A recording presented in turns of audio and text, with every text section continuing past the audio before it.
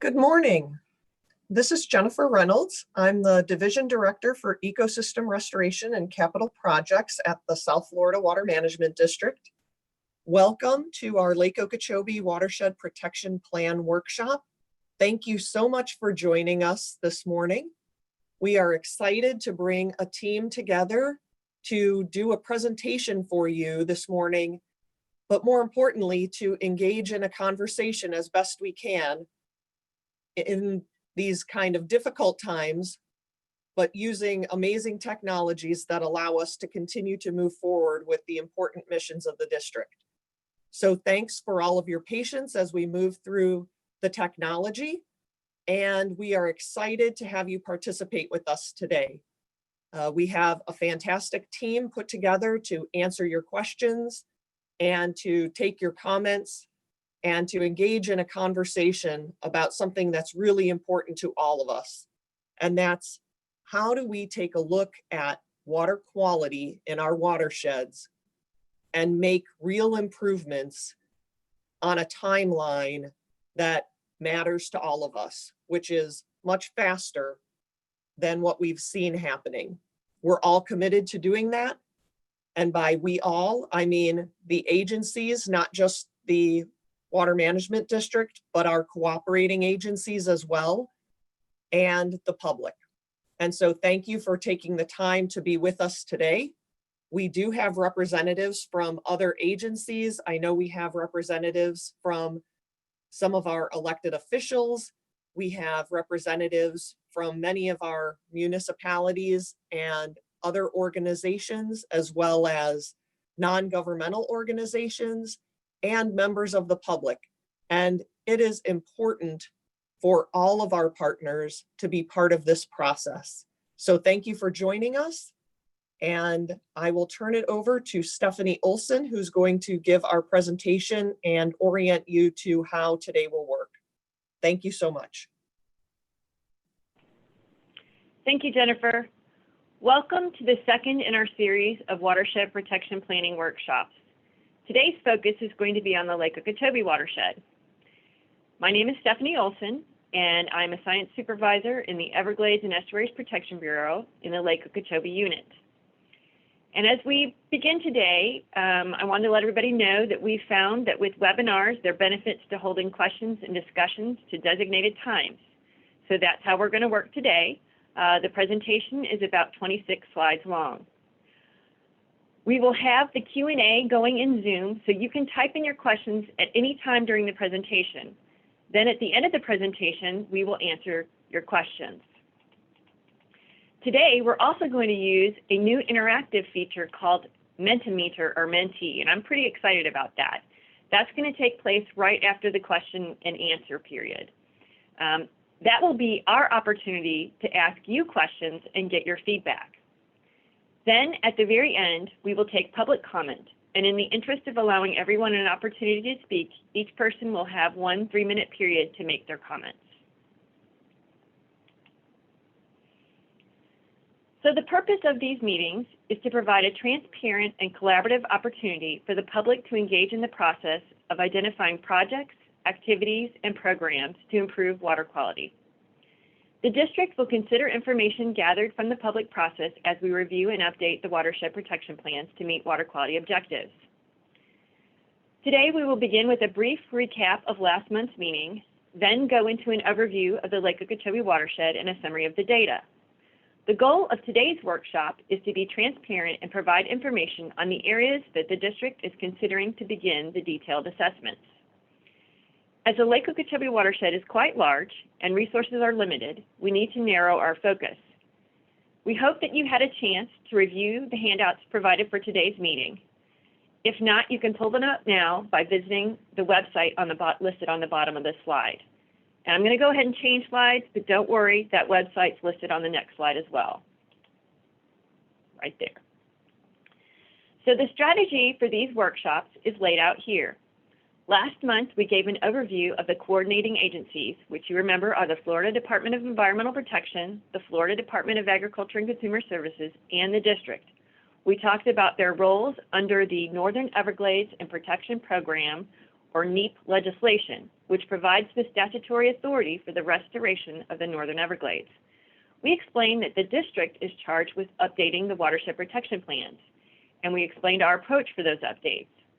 If you were unable to attend that meeting and would like to see the presentation or the video, you can go to the website listed here and view those items. Today, we're going to speak about the Lake Okeechobee watershed, and we have future meetings scheduled to discuss each of the river watersheds. So let's do a quick recap of the coordinating agency roles. This schematic provides a high-level overview and connects the dots on how the activities of the coordinating agencies come together under the overall NEP restoration strategy. The district's responsibility is for the watershed protection plans, which consist of the research and water quality monitoring programs, which feed into the watershed construction projects and programs, and these are all part of the watershed protection plans. And these, in turn, feed back into the Basin Management Action Plans that DEP produces. Basin Management Action Plans, or BMAPs, are the plans to achieve the restoration goals set by DEP. But at these workshops, the focus is to build upon the existing watershed protection plans by identifying additional activities and projects within the watersheds to achieve the water quality goals in support of the BMAPs. The approach for identifying solutions is laid out on this slide. First, summarize the water quality data. And again, we hope you had a chance to review the handouts for today's meeting. They were posted last Friday, but if not, don't worry, we're going to review that today. Our goal is to be transparent about what the data show and get your feedback on areas that the district is considering to focus on. The data will be used to identify these areas.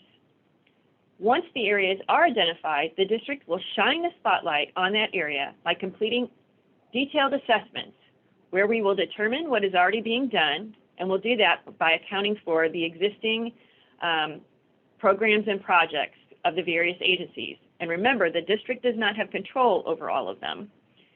We'll determine what remains to be done and what we can do better. And we will determine if there's some quick solutions that we might be able to immediately implement. We'll try to also identify maybe intermediate and long-term solutions. So after the assessments have been completed, we will have additional workshops to discuss the results with you, because we want to facilitate discussions that are inclusive of all interested parties to try to solve the problem holistically. So here is a map on the right side of the slide of the Lake Okeechobee watershed, which is quite large. It's about 3.5 million acres.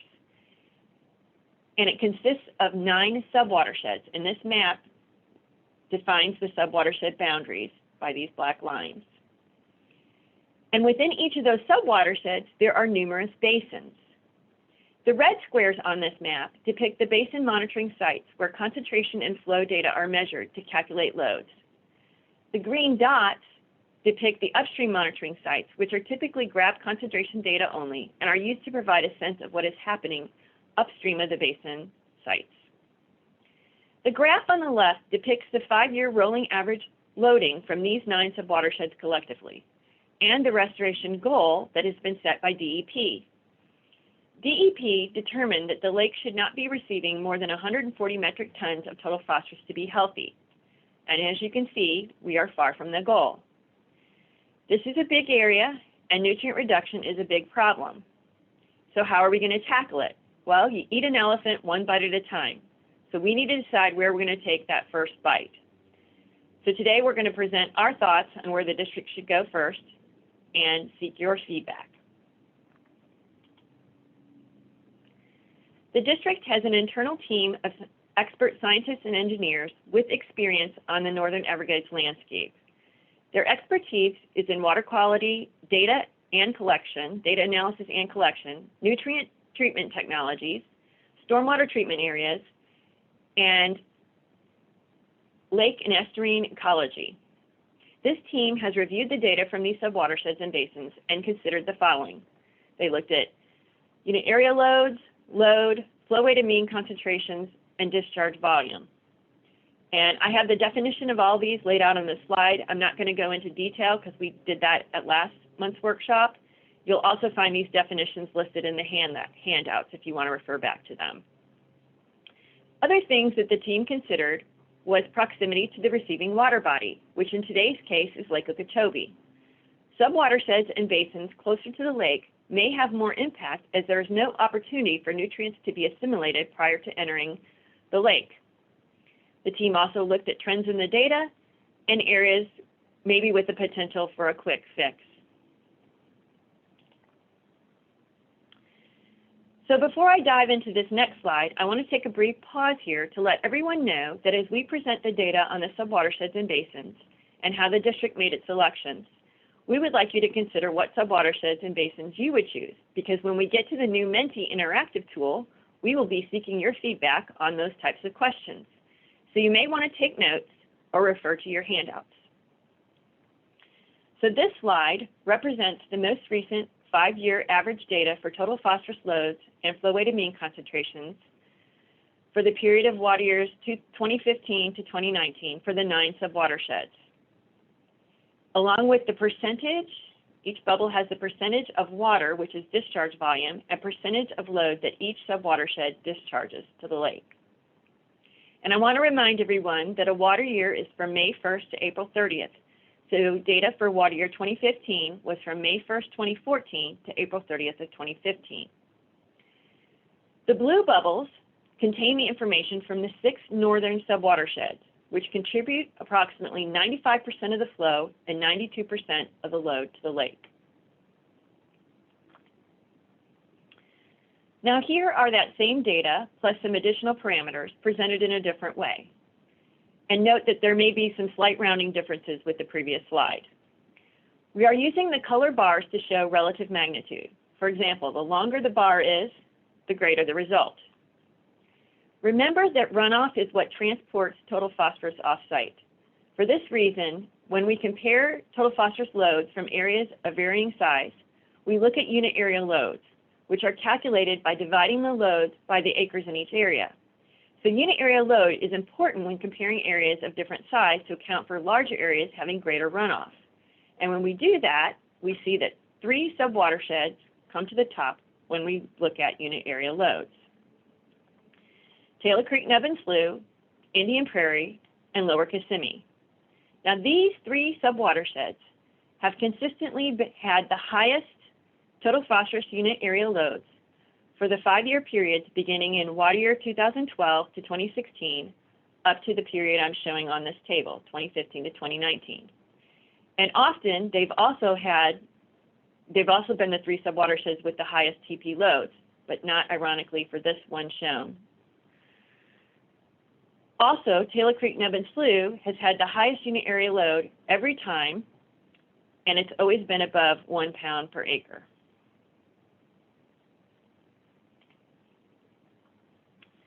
So the district's internal team of experts decided to focus on Taylor Creek, Nubian Slough, and Indian Prairie first. And the circles on the map show where those 2 subwatersheds are located. These areas were chosen because of the high unit area loads, the higher load contributions, and the proximity to the lake. Together, those 2 subwatersheds contributed about 200 metric tons of the 600 metric tons that was contributed to the lake in the most recent 5-year period. You may be wondering why we did not also select Lower Kissimmee. We would have liked to, but our resources are limited, and the 2 subwatersheds selected are already quite a large area. They're about 475,000 acres. Lower Kissimmee alone would be another 430,000 acres, and we do not have the water quality data split out at the basin level to allow us to zoom in further. That is something that the district will work towards in the next year. So for now, let's explore these subwatersheds. We'll begin with Taylor Creek, Nubian Slough. The map on the right depicts where Taylor Creek, Nubian Slough is located. It's on the northeast side of Lake Okeechobee, and it's about 198,000 acres. It has 5 basins, and each of these basins independently discharge into the lake. And for the most part, none receive water from another subwatershed or basin. So let's look at the data. We'll begin with the long-term data collected for Taylor Creek Nubbin Slough for the period of water years 2005 to 2018. This pie chart depicts the percent contribution of phosphorus loads by basin in Taylor Creek Nubbin Slough. So when we look at this, two basins kind of jump out at us as contributing the load from Taylor Creek Nubbin Slough for this period. S191, which is in orange, and S154, which is in green. They had the highest contribution of total phosphorus loads in this subwatershed for the long-term period. These two basins are both named as priority basins in the NEEP statute because of historic loading. Now let's look at the trend analysis that DEP completed for the BMAP. DEP used a seasonal Kendall-Tau test to detect trends for flow-weighted mean concentrations and total phosphorus loads for the periods of water year 2009 to 2018. The seasonal Kendall test is a non-parametric test, and it factors out seasonality, which can mean, taking care of the rainfall issue. Non-parametric tests are the best type of statistical test to use on data that are not normally distributed. That means the data that's in that nice bell curve. And that's the case with this data. It's not normally distributed. So this test was used to detect statistically significant trends in the data. And I'm only highlighting the basins or presenting the results of the basins that had statistically significant trends. So in S191, if in Taylor Creek Nubbin Slough, if the basin is not listed, it didn't have a significant trend. S191, which is the largest long-term contributive loads, had increasing trends in flow-weighted mean concentrations, along with S135. S154 had statistically significant increasing trends in total phosphorus loads. And remember, S154 was our second largest long-term contributor of loads. S133 and S135 also had increasing trends in loads. Now here are the most recent 5-year average data for the 5 basins in Taylor Creek Nubbin Slough, which includes our unit area load information. And when we look at that, 3 basins appear to come to the top for this subwatershed: S154C, S191, and S154. And while S154C does not contribute much to the overall load, remember to look at our bars, our yellow bars for this period, it was felt that since this has such a high unit area load and it's such a small area, it warranted a closer look. It might be that maybe there's some potentially quick fix that we might be able to address for that area. S191, you remember, had increasing flow-weighted mean concentrations and is the largest contributor of long-term loads for the period reviewed. And S154 has increasing loads and is the second largest contributor of loads for the long-term period.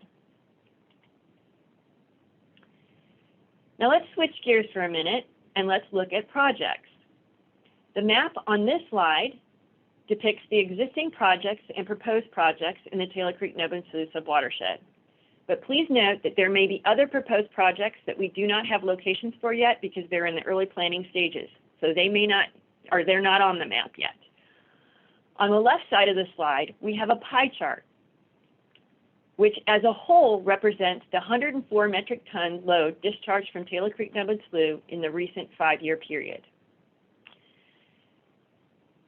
The green slice of the pie represents the target load for Taylor Creek Nubbin Slough as defined by DEP. So that means that no more load than what is represented by this green slice should be discharging from the subwatershed.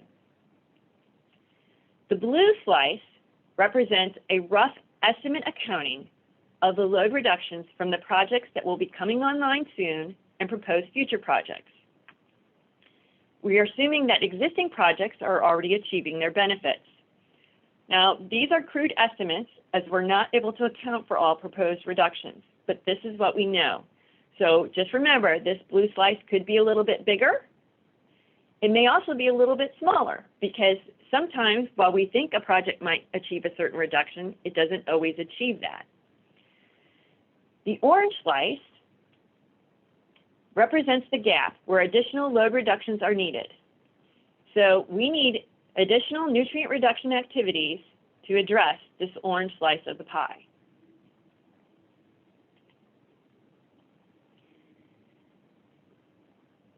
So the district's internal team considered this information and recommended focusing on S154C, S191, and S154 basins, which have the highest unit area loads and flow-weighted mean concentrations.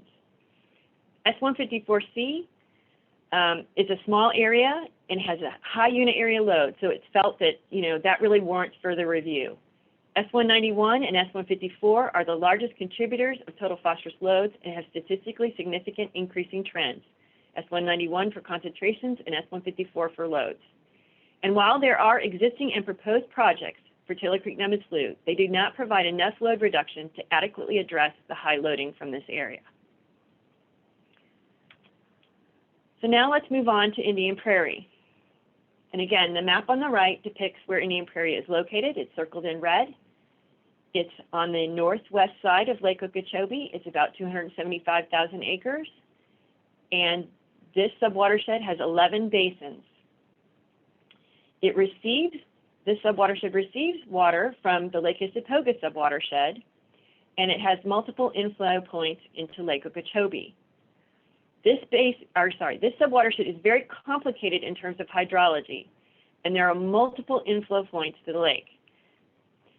Also, some of the basins receive water from other basins within the subwatershed. Now let's look at the long-term data collected for Indian Prairie, which show the relative contribution of these basins to the loading from Indian Prairie. And again, two basins kind of jump out at us. C41, which is in blue, and C41A, which is in yellow. You'll also see that with Indian Prairie, there's also two more, like a second tier, two other basins that are fairly large. And they are L59 West, which is in the green, the darker green, and C40, which is in the orange. So these four basins come to the top in terms of contributing the most load for the long term. Now let's look again at the trend analysis that DEP did, and let's look at the results for Indian Prairie. And please note that one basin within Indian Prairie, L59 East, did not have enough data for DEP to complete the analysis.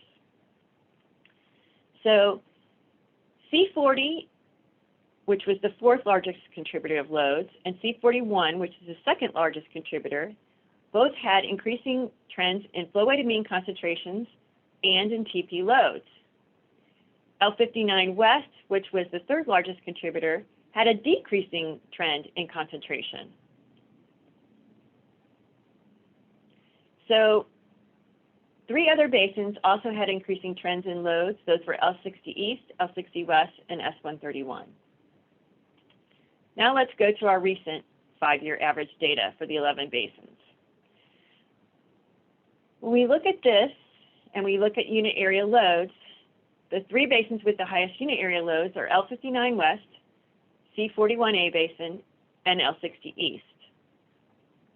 While you'll notice that C41 and C40 have the highest flow-weighted mean concentrations, and C41A and C41 have the highest loads. Now, if you remember from the last slide, I mentioned that L60 East, L60 West, and S131 had increasing trend for loads, but their relative contributions are smaller than C41A and C40, which also had increasing trends in loads and also had increasing trends in flow-weighted mean concentrations. L59 West had a statistically significant decreasing trend for flow-weighted mean concentrations, but the team thought that similar to S154, with such high unit area loads from a small basin, it warranted further review. Now let's look at the projects in Indian Prairie. Here's our map on the right, and remember that there may be some additional proposed projects that we do not yet have locations for. And on the left side, we have our pie chart which represents the 87 metric ton load from Indian Prairie for the recent 5-year period. And the green slice is again our target. And the blue slice is our rough estimate of what we think the proposed projects will achieve. And then we have the gap, which represents our orange slice, which shows that additional nutrient reduction activities are also needed for Indian Prairie. So the internal team considered this information and recommended focusing on L59 West, C41A, C40, and C41 basins. L59 West has a very high unit area load in a small area and warrants further investigation. C40 and C41A have increasing trends and are larger load contributors. C41 has the highest flow-weighted mean concentration and is also a large flow contributor. And just to summarize, the district's team of experts recommended reviewing the subwatersheds that have consistently had the highest total phosphorus unit area loads, which have contributed about 200 metric tons of the 600 metric ton total average discharge from the lake in the 5-year period of water year 2015 to 2019. And those are Taylor Creek, Nub and Slough, and Indian Prairie. Within those subwatersheds, the team recommends focusing on basins with higher UALs and TP load contributions. And many of these recommended basins are also exhibiting increasing trends in either total phosphorus flow-weighted mean concentrations, total phosphorus loads, or both. So our next steps is for the district to shine the spotlight by gathering detailed information on these problem areas. We will perform assessments to identify all potential contributing sources and responsible entities. We will bring this information back to you in a future workshop. And if you have any comments on this presentation, we would like you to send that to us by August 4th. And just a reminder that you can leave your comments at our website, and you can also find additional information such as the handouts for today, and we have some references on the website as well. And with that, I'm going to turn it over to Pam Wade, who's going to facilitate our question and answer period, and we're going to answer your questions. Good morning. So I am looking at the screen, and so far we don't have any questions, but I'm sure we'll have a few in a moment as people type in their questions. We have a panel of experts that I will call upon depending on what the question is. So here we go. The first question. I understand the logic behind unit area load and your effort to use limited resources for addressing the phosphorus loads, but won't the upper Kissimmee Basin still continue to contribute the largest loads to the lake? Stephanie, would you like to take that question? Sure, thanks, Pam. Thank you for that question. That's a great question.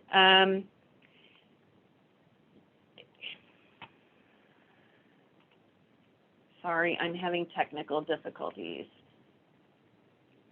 Upper Kissimmee does contribute larger loadings to the lake, and eventually we will move to other areas, but it was felt that, you know, if we start with Upper Kissimmee, because it's so far from the lake and the water has to flow quite a ways to get to the lake, it could be influenced by other areas. So the team felt it was better to focus on areas closer to the lake first and get those addressed before we would move into areas further away from the lake to make sure that we can make the most benefit.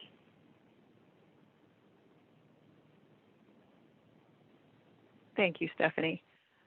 Waiting for the next question. If you have a question, please type it into the Zoom system.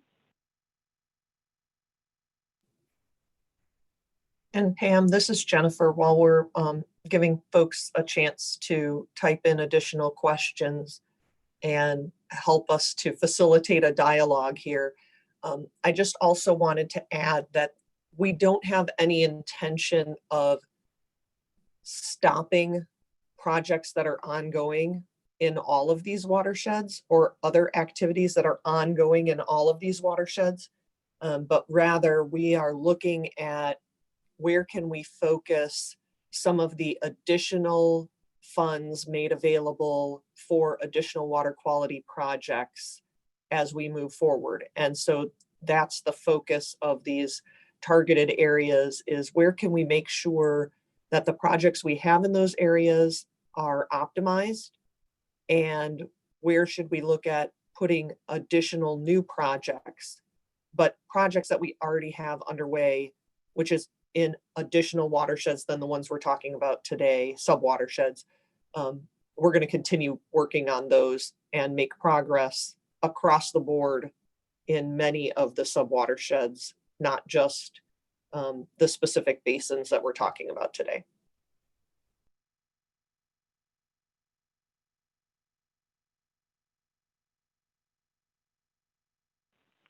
Thank you, Jennifer. We have a couple more questions that are coming through. This question says, is there a program where companies can participate on pilot projects for load management or nutrient management? Or how can companies bring their ideas or technologies to build a pilot?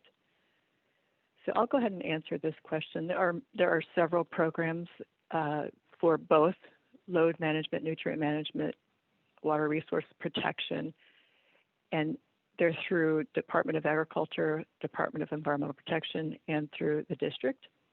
So if you go on to any of those agencies' websites, you'll see different programs going on at different times, or even federal programs that provide assistance depending on what the project does and whether it's focused on water quality or quantity. So on occasion, there will be grants where there are advertised requests for proposals or information on alternative treatment technologies, alternative solutions, water conservation. So if you get on the notification list with each of the agencies, they'll keep you informed on these programs as they come up. The next question is, all of the basins you highlighted have large flood control canals associated with them. These canals facilitate drainage. Is there anything you can do in the canals to change the management strategy that might help reduce loading? Stephanie, would you like to take this one? Sure. Thanks, Gary. That's a great question. When we do our detailed assessment, we will be looking at all things within those areas. So we'll look at water management practices as well as projects and programs. We're going to try to really shine the light on everything. So hopefully if we see something that needs to be improved, we can make that recommendation.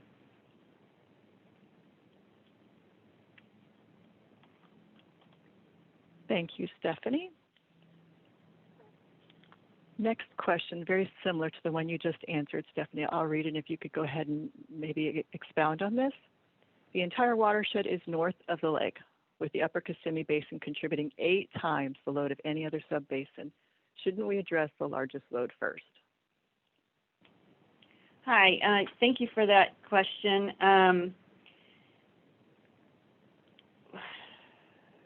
The most recent 5-year data does not have the upper Kissimmee subwatershed as the highest loading. The highest loading there is actually lower Kissimmee. And again, it was felt that looking at areas closer to the lake, we could make a larger difference more immediately.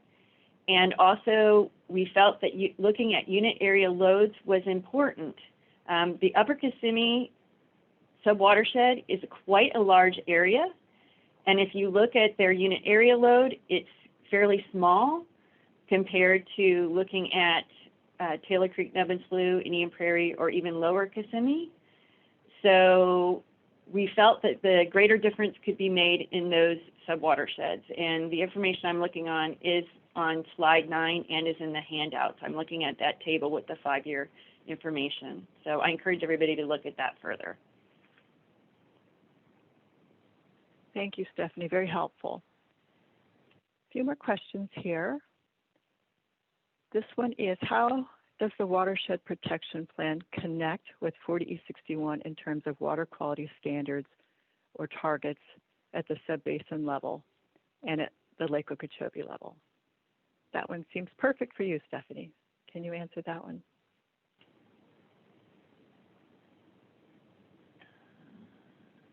Oh, okay.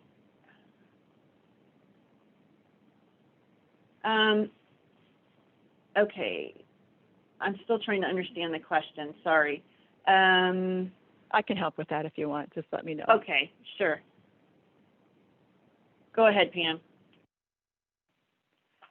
Okay, so right now, 4061 is a draft rule.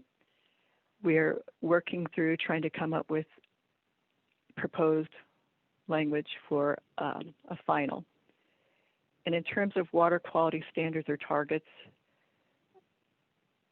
the focus on the landowners that are discharging is that they would only have to monitor at their discharge points from their property if they opt not to do the Department of Agriculture or the Department of Environmental Protection's B&P programs. So if they decide they'd like to monitor instead, then they'll have to propose a monitoring plan that would have water quality standards and targets that are consistent with the BMAP. So that rule also, as it's drafted, addresses water quality at the sub-basin and watershed levels. And the focus there is really more of information gathering through our monitoring networks that have been set up and collecting data to inform decisions that help to update BMAPs and watershed protection plans. Anything you wanted to add there, Stephanie? No, I think you got it, Pam. Okay, thank you. Next question is, I think Anthony would be great for this one. Can you please let me know the existing projects that are accounted for in your pie charts for TP reduction in the Indian Prairie and TCNS basins? Is the SERP Lake Okeechobee Watershed Restoration Project listed as a TP reduction project? I cannot find the slides to zoom in and check. Okay, so Anthony, if you're not available. I'm here, Pam. Okay, thank you.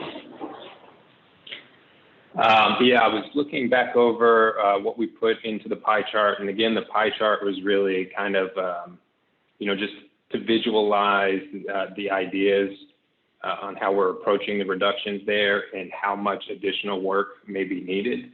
And so it's not very defined at this time, but we largely used projects from the BMAP and projects that we had some estimated reductions for. So I don't see a lot of this SERP Okeechobee projects in that proposed projects pie slice.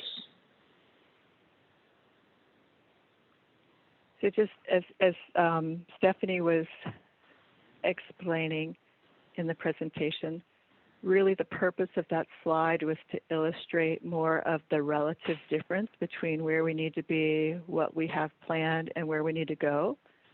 When we zoom into these areas that we decide to do the assessments on, we'll look at all of the projects that are being done, regardless of who's sponsoring them, the federal projects, local, or coordinating agencies, to make sure that as we define sources and we define what still needs to be addressed, we'll know what's going on. We'll know what's already happening. We'll know what's planned. We'll know the timing sequence of those things so that we can have a well laid out future plan timed appropriately to make a difference as, for example, interim storage projects are going offline and SERP projects are coming online. We want to make sure that it's a very integrated, holistic approach. So you'll see more details on that as we come back with assessment information in the future.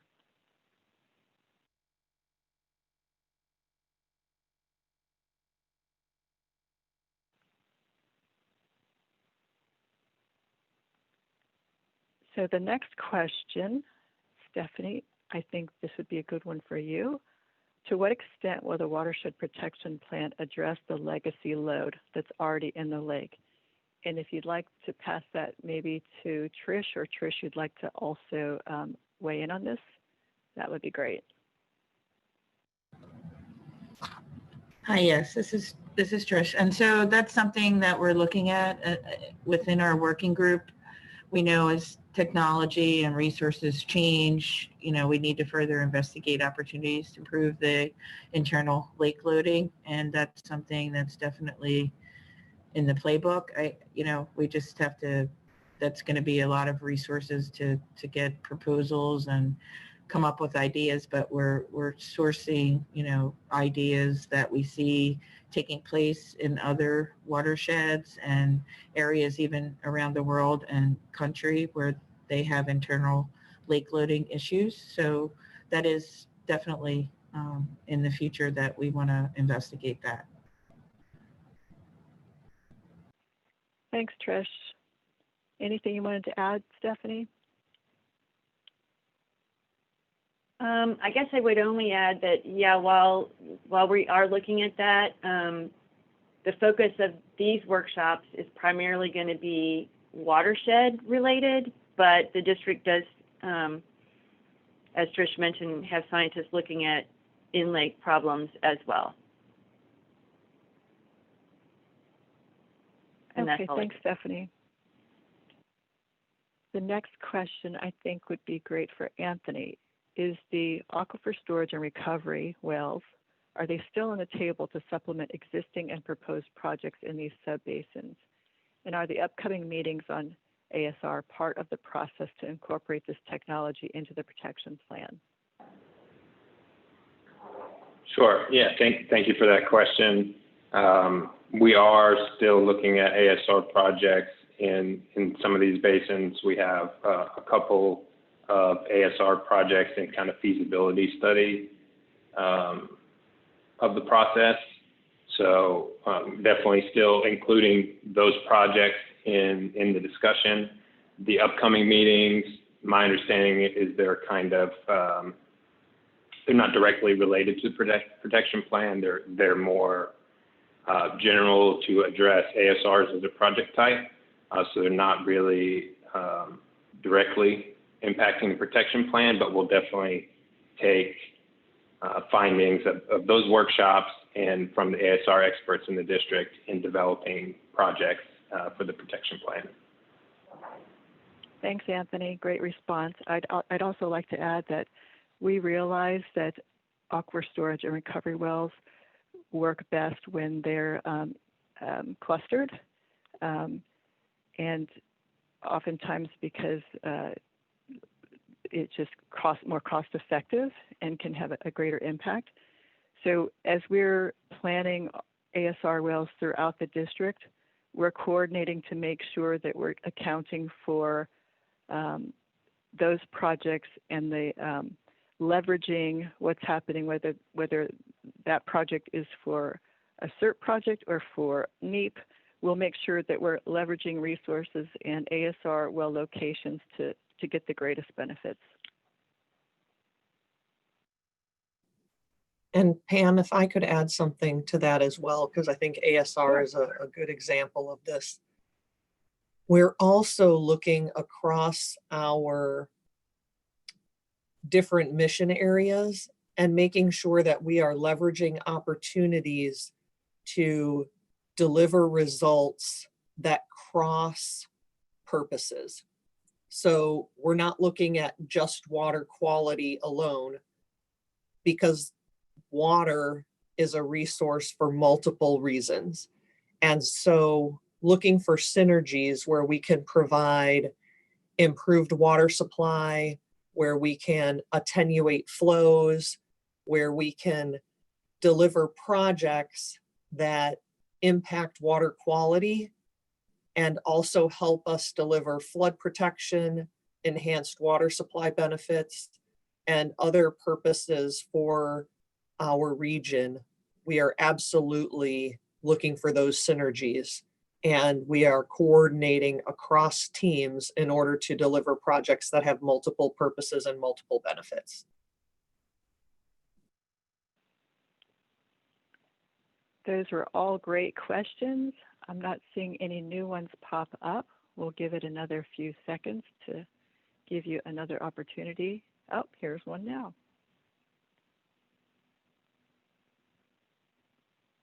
This one looks like it would be a great question for you, Stephanie. It's a two-part question, although I only see one question. Is Shingle Creek Basin in the Upper Kissimmee? The answer to that question is yes. Oh, I think the second part just came through. Can the opportunity for public engagement be measured? Not sure I understand that one.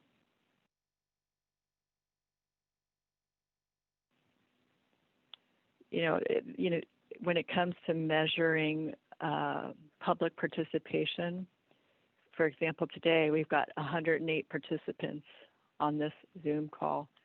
And we also have our website where people who may not have been able to attend the meeting or maybe attended and didn't feel comfortable asking a question or giving comment, we get plenty of participation through that venue also. So we're trying to provide as many opportunities as we can. We also take things directly through email. So if you feel like we can improve or expand opportunities for that engagement, please let us know that. We're happy to do so. That's the whole point of these meetings.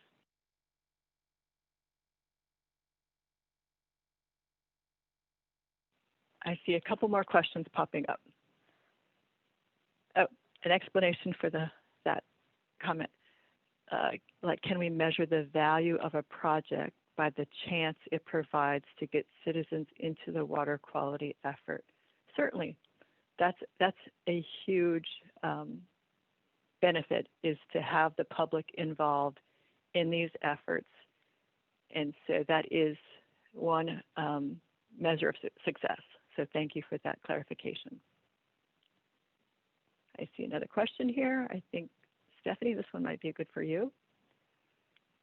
Will you investigate legacy nutrients in the flood control canals in the target subbasins and develop strategies to mitigate nutrients in the sediments of these basins? Thank you for that question. When we're shining the light in these basins, we're going to look at all the different projects and programs, and we're going to look at the data, and we're going to try to determine what's causing the problems. So, if we determine that there is a problem with that, then yes, we would recommend solutions for that particular problem. So we're going to try to look at everything.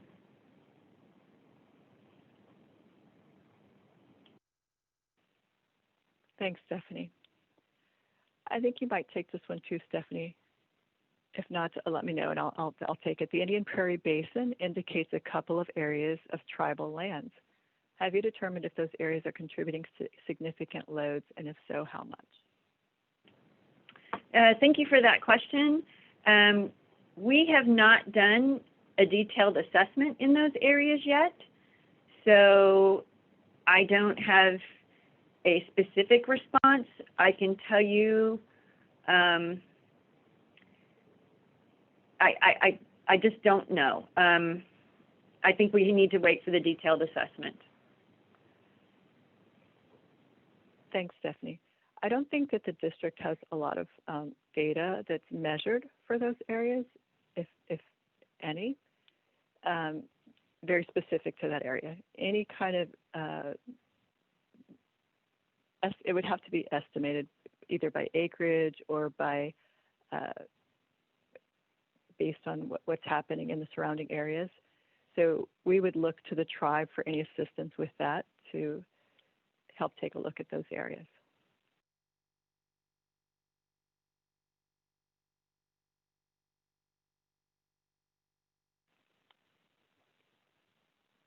We've cleared the question panel. We'll give it another few minutes just to make sure.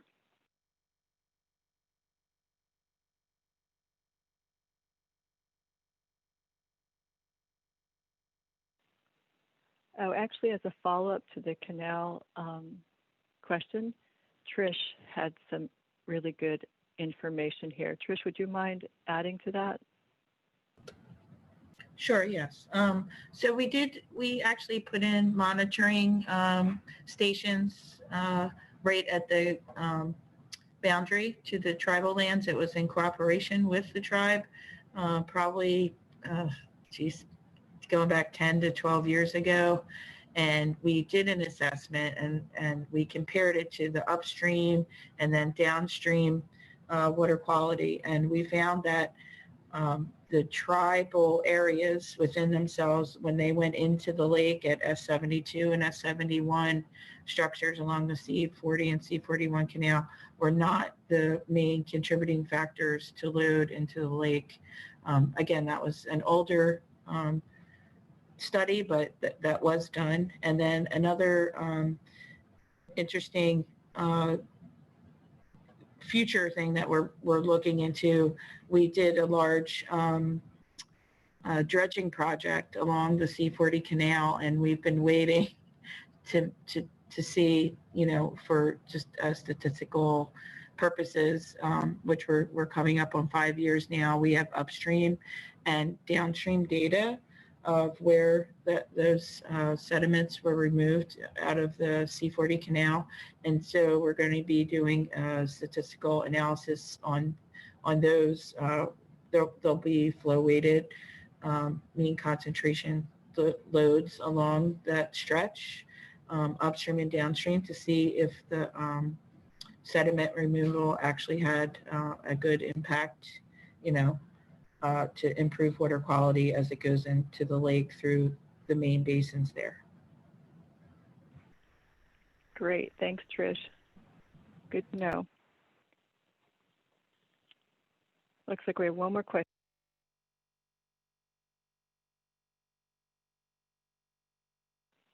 I think this one's for you, Trish. Did you analyze nutrients in the sediment removed? Actually, Gary, good question, but this is an after the fact. It was a field station project, and then we came up with the idea to do a water quality assessment on it, but there was no, sediment analysis done. It was more for navigational and water control, so that was never in the works. This is kind of an after the fact study of that operation. I guess we know, in the future when we do that, that'll be a good thing to do. So that's a great question and idea. Lessons learned, always good for future projects. No new questions. So with that, we'll close the question and answer session. And the next step, I'll turn it over to you, Stephanie, to take the next step here. Thank you. Thanks, everyone. Great questions. So next, we're really excited because we're going to use a new interactive feature. And if you have not already done so, this was also in the handouts, but we didn't have the code on there. Please go ahead and start following these instructions. You need to open a new internet browser so you can see the real-time results in Zoom. This is a new tool called Mendte Meter or Mendte, and we're going to use it to get your feedback on the information presented in today's presentation. It's like a real-time survey that you can see, and as I said, you need to follow the instructions on this slide. Today's code is 800680. This tool is really pretty simple to use, and you do not need to set up an account on Mendte to do it. As I said, the results are going to pop up real time in the Zoom meeting, which is why we want you to have two browsers. And Liz Kaneha is going to do the Mendte portion of our presentation. So I am going to turn it over to her. So I'm going to stop sharing the screen. Just remember the code is 800680, and that will also be at the top of her first slide. So Liz, take it away.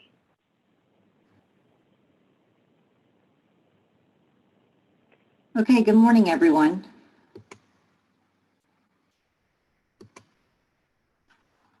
My name is Liz Caneha, and I am a project manager in the Everglades and Estuaries Protection Bureau at the South Florida Water Management District, and I will be conducting the interactive survey portion of the workshop. So we'll just give people a few more minutes to log in. I see that we have 17 people or so participating, and we had about 100 people in the meeting, so I just want to see if we get any more participants. So we can start looking at the first question. We'll start off with a few icebreaker questions just to get everyone familiar with the Mendte tool. And I'll give everyone about a minute to answer the question. So have you participated in a watershed protection plan workshop before? Yes, no, or unsure? Liz, this is Yes. Devon. Your screen is not being shared yet. Sorry about that.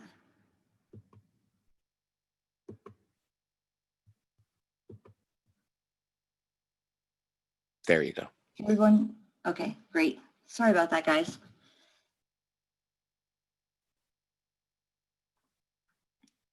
So again, the question is, have you participated in a watershed protection plan workshop before?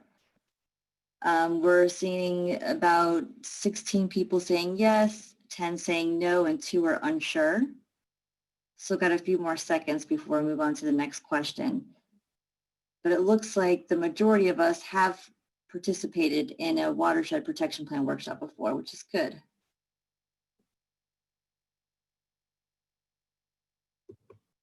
Okay, next question. Have you visited our website on the Northern Everglades Watershed Protection Plans? Please select yes or no. So this was the website that Stephanie pointed out in the presentation, where you could find the handouts that she was discussing. And those may come in handy for some of the questions a little bit further on.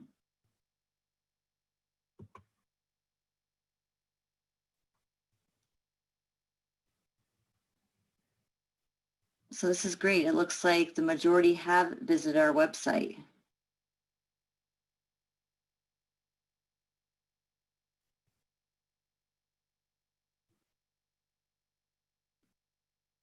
And we encourage you to visit our website. We're updating it after every workshop.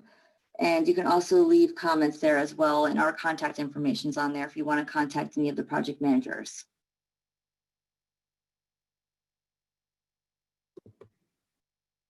Okay, so list 1 or 2 words that come to mind when you think of Lake Okeechobee watershed projects.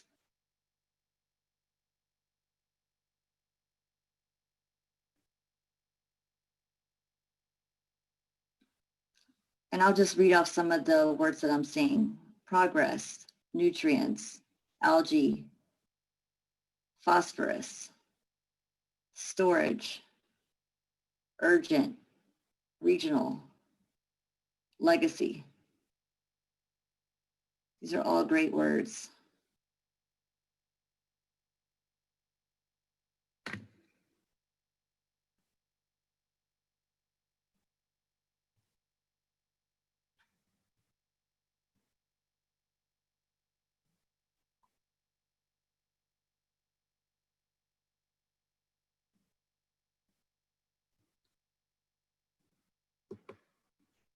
Okay, next question. What do you think is contributing the most to water quality issues in the Lake Okeechobee watershed? And you are able to select more than one answer if you think there's, 2 or 3 things that are big contributors. Go ahead and choose those.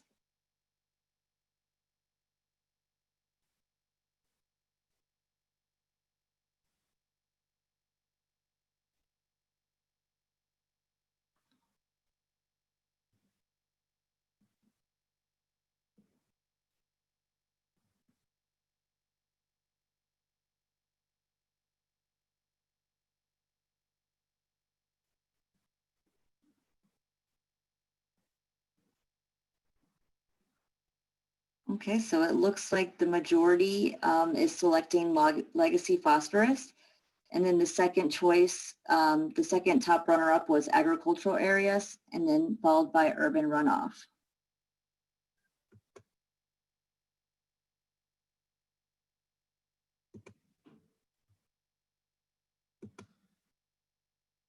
Okay, which of the following considerations should be given top priority when determining where assessments or more projects are needed? And again, you can select more than one answer.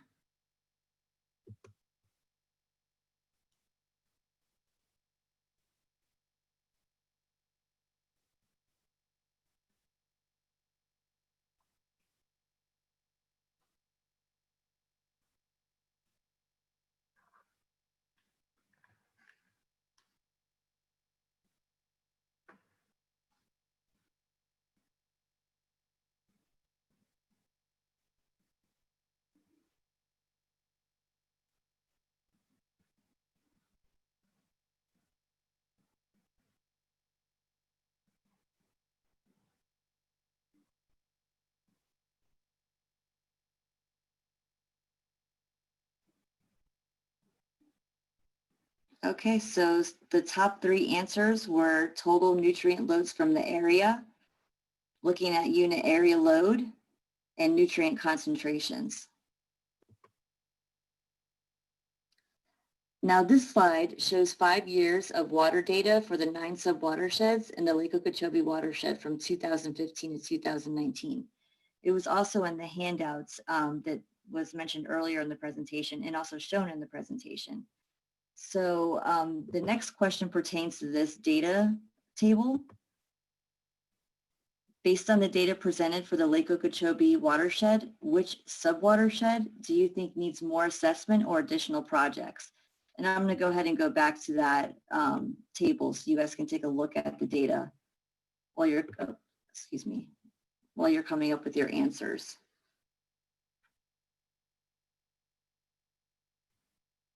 So which areas do you think we should be looking at for additional assessments and projects?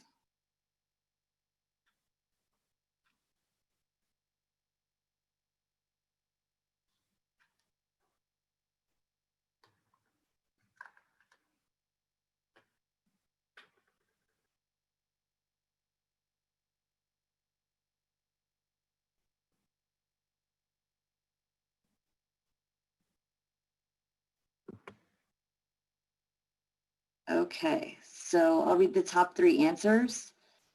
They were Taylor Creek, Nub and Slough, Lower Kissimmee, Upper Kissimmee, and then next was Indian Prairie.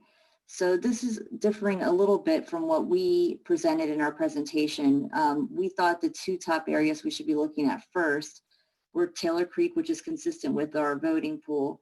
And we also said we were going to look into Indian Prairie, which came up fourth on the pool. So we're curious to see why perhaps you guys think we should be going to Upper Kissimmee and Lower Kissimmee, and maybe you could submit your comments to us on our website. And Liz, if I could just add something for the public. We also are concerned, of course, with the loads that you see in the Lower Kissimmee and the Upper Kissimmee. And both the Kissimmee River Restoration Project and the Lake Okeechobee Watershed Restoration Project, the LOPE project, both of those projects do consider the water quality of the Upper Kissimmee and the Lower Kissimmee. And so those projects are a key portion of how we're taking a look at those basins. Those are very large projects that exactly how they will work and the results of those projects are yet to be seen.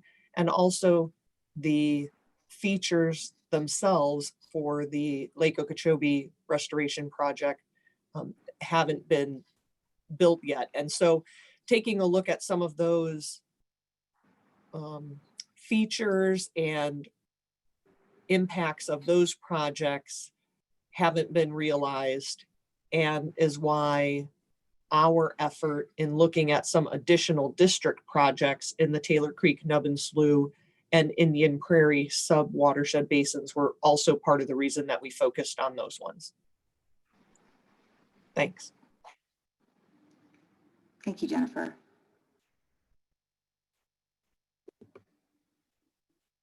Okay, so this slide shows 5 years of water data for the 5 basins in the Taylor Creek, Nubbin Slough sub-watershed from 2015 to 2019. Based on the data presented for the Taylor Creek, Nubbin Slough sub-watershed, which basin do you think needs more assessment or additional projects? So I'm going to go back to that table so you can see what the data looks like and make your decisions.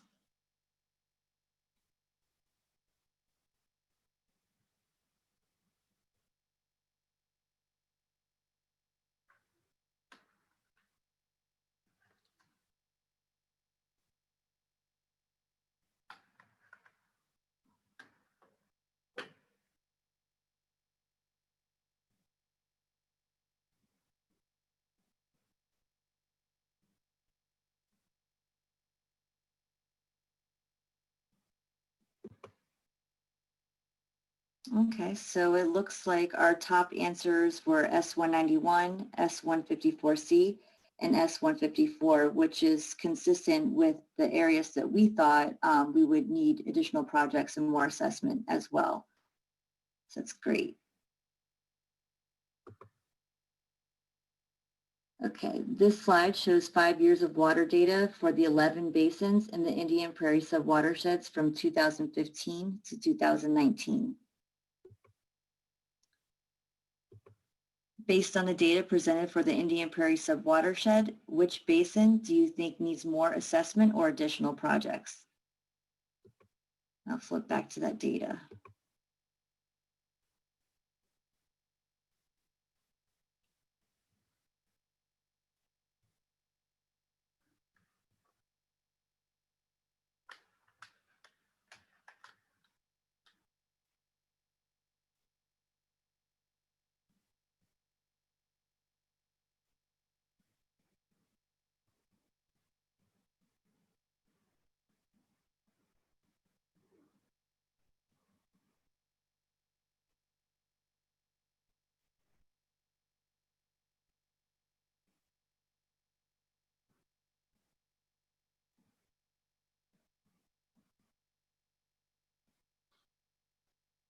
Okay, so let's see what our numbers are looking like.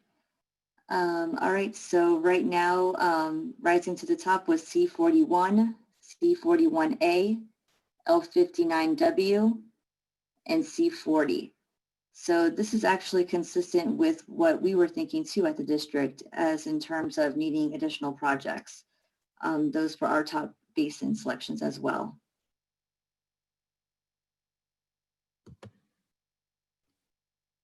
Okay, so based on the data that we've presented today, do you agree with the sub-watershed basin priority selected? Agree, disagree, or are you relying on subject matter experts? Please select one.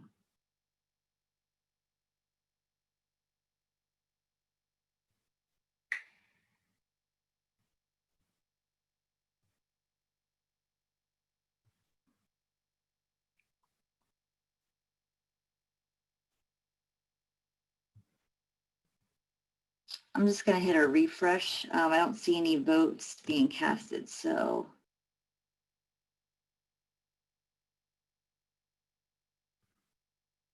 Oh, here we go. Okay.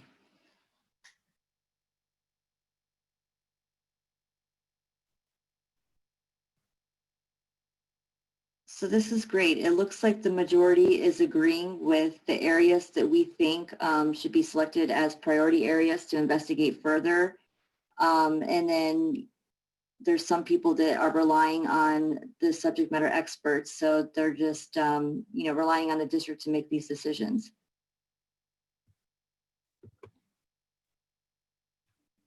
Okay, so what would you like to see or gain out of the next round of workshops?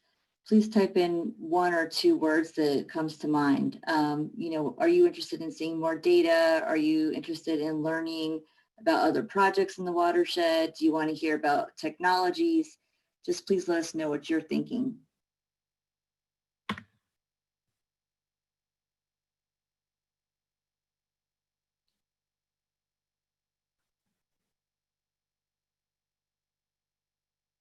Okay, so some of the words that I'm seeing are projects. You want to hear more about our projects in the area, policy, storage, locations, results, legacy, data analysis. So these are all great ideas that we can consider for our next workshop.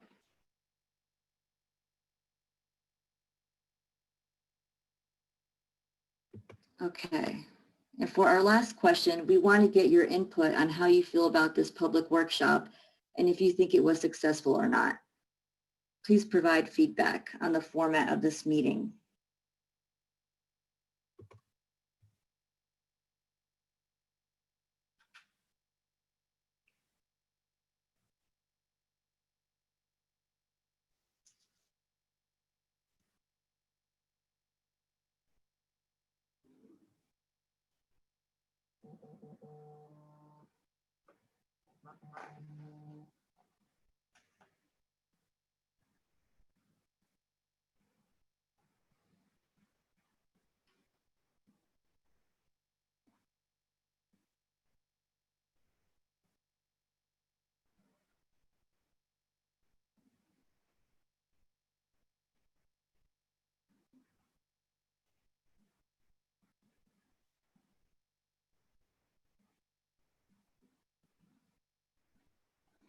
Okay, thank you for your feedback. It looks like the majority of the questions were leaning more towards strongly agree, which is a good sign. So we hope you enjoyed, participating in the survey portion.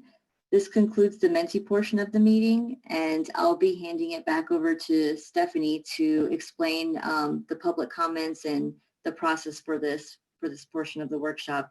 And Danielle Taylor will be assisting her as well. Thank you for participating in the survey.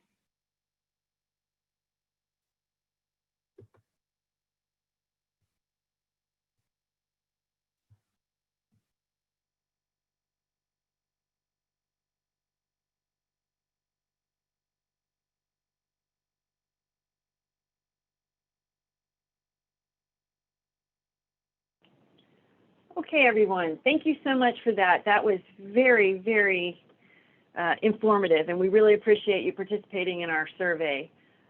We're going to do our public comment period now. In the interest of allowing everyone an opportunity to speak, we're going to ask that each person speak only one time. You will have 3 minutes to complete your comment.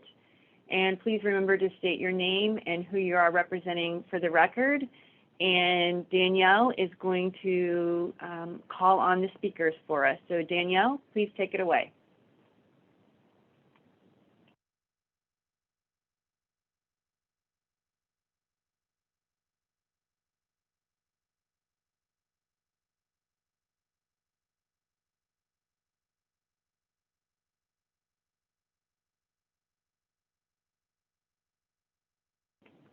Danielle, do we have any raised hands? I don't see any yet. If you're on a phone, don't forget the *9 raises your hand and the *6 mutes and unmutes your phone. Okay, I have the first hand raised. Jerome Madigan. Yes, hi. This is Jerome Madigan, also Jay Madigan. I live in Orlando, Florida, and I represent a nonprofit called the Lake Cane Restoration Society, and we keep a lake swimmable, fishable, and lovable. That's our mission, called Lake Cane, and it's in the Shingle Creek watershed. And that's now I've learned the upper Kissimmee River Basin watershed, as you've described in this excellent presentation. My comment really is that as we even did the Mendte Meter, which was a very interesting exercise, I believe the opportunity to engage public needs to be a weighted criteria in selection of projects, because I do think much of the good work that South Florida Water, the South Florida Water Management District does is in obscurity too much. I'm a big fan. I see good work, of course, but I'm looking for it. We need to be able to show good work, and I offer that as my public comment. You're doing good things. Look for ways to engage the public, and definitely there's a lot of population up here in Upper Kissimmee and right there in South Orange County that has a big stake in the water quality of all of the water that is here and goes south. And I'm complete. Thank you for listening. All right. Thank you for that comment. Liz, can you see the next commenter and call on them? I will be back momentarily. Yes, sure. The next person with their hand raised is Newton Cook. Go ahead and state your comment, please. Hello, this is Newton. Can you hear me? Yes, we can hear you, Newton. Thank you very much. I'm on my phone, so it's a little more difficult. I just want to congratulate you guys for starting off on a really good foot. A lot of interesting information on the basins there just north of the lake. And this is probably the most important project of all the projects on Everglades restoration. I know a lot of people don't understand why I say that, but it's very simple. 500 tons of pure phosphorus coming into the lake every year. That's tons of phosphorus into the lake. We have 50 years of legacy of that already in the lake. And that is what is causing all the problems south of the lake, east of the lake, and west of the lake. And until we address this phosphorus coming in from the north, and then begin to address removing the phosphorus and the muck out of the lake, 50-year project, most of us won't even be here if we started today to do that work. And I feel like you guys are starting that work today, and just want you to know it's very much appreciated. Thank you.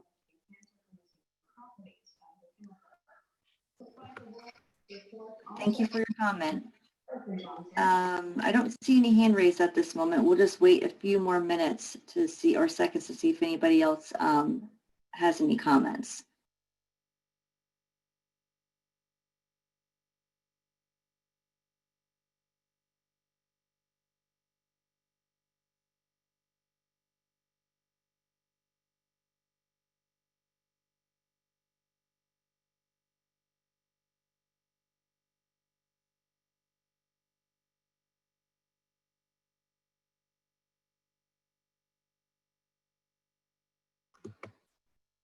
Okay, Stephanie, I think that's all we have.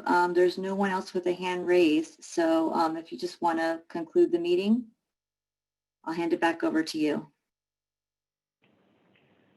Okay. Well, thank you very much, everyone, for participating.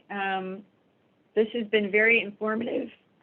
I really appreciated your results on the survey. I appreciate all the feedback we've received. And we will be having future workshops to discuss the river watershed, so I hope you can make those. And with that, Jennifer Reynolds, I'll ask if there's anything that you would like to add. Thanks, Stephanie. I just want to thank our whole team and for putting this together, and thank all of the participants that have participated with us. I know that many of you may be digesting information and have additional questions or comments that you'd like to provide to us that can help us make this process better, that can help us make the future workshops better. And so please go to our website and reach out to us and provide those comments to us via the website or email. We really appreciate it, and we want to make sure that you all are part of this process as we move forward. And I look forward to participating with you and putting more projects in the ground that give us better water quality solutions. So thanks so much.